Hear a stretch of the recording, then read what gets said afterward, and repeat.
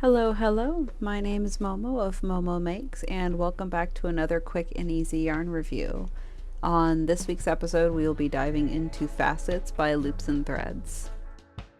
Facets is a 279 yard or 100 gram skein of soft and squishy medium weight roving acrylic that is giving me mixed feelings. While I was working with this yarn, there were random moments where it lived up to that medium weight tag, but most of the time it was more of a fingering weight. Maybe that's what Loops and Threads was going for this yarn, but if so, why? With how the yarn sits in the skein, you would expect a bulky workup, but it was mixed, and correct me if I'm wrong, but it looks more DK than worsted. Even though I had my problems, you don't come here just to see the pretty yarn on your screen, you want to see it in action. So here's some swatches I made with the recommended 6mm crochet hook. I worked up the linen stitch with the basic foundation chain base, and as you can see here, I have a Tunisian simple stitch swatch worked up with my 7mm Tunisian hook. When I was researching this yarn on Michaels' website, I noticed that there was a lot of mixed reviews for the same reason I'm iffy about this yarn. But I have to say, it's really funny how there are mixed reviews on how hard it is to work with, but there's over 3,000 projects on Ravelry, so there'll be no issue finding inspiration. Due to the fact that this is a roving acrylic, the gentle care instructions, and the strong possibility for pilling, I would strongly recommend against any baby things or projects with a lot of rough wear.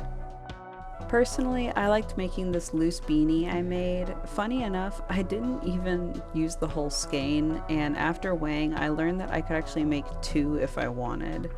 There's no pattern for this as it was winged by yours truly, but there's a good amount of beanie patterns on Ravelry if you're looking. Now, I have some finishing notes on this yarn. 1. Don't center pull this yarn. I normally cake my yarn and use my wool genie before crocheting, but I would strongly advise against this.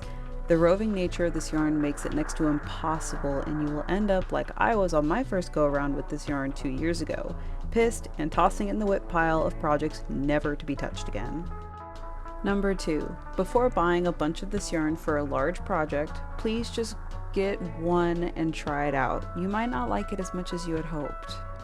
Number 3, this is not an easy frog. When you try to go back, the yarn pills on itself and makes it next to impossible to frog more than a few stitches.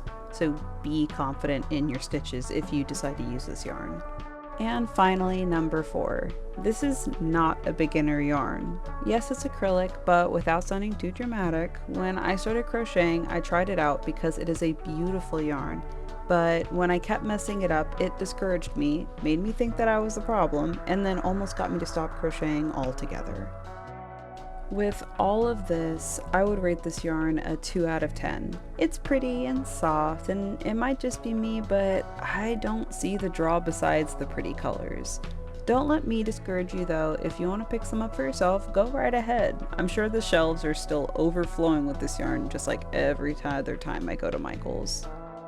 Anyways, that's all I have for today. Thank you so much for watching, and I hope this helped you decide whether or not you wanted to buy the yarn or leave it on the shelf for someone else to try out. If you have another yarn you'd like for me to try, leave your recommendation down in the comments and I may try it out in a future video. If you stayed till the end of the video, I'm assuming that you liked my review and would like to see more in the future, so please drop a like, follow, and hit the bell icon to get notified when I have a new video release. That's all for this one, and I hope you have a beautiful day, and I will see you in the next one. Bye!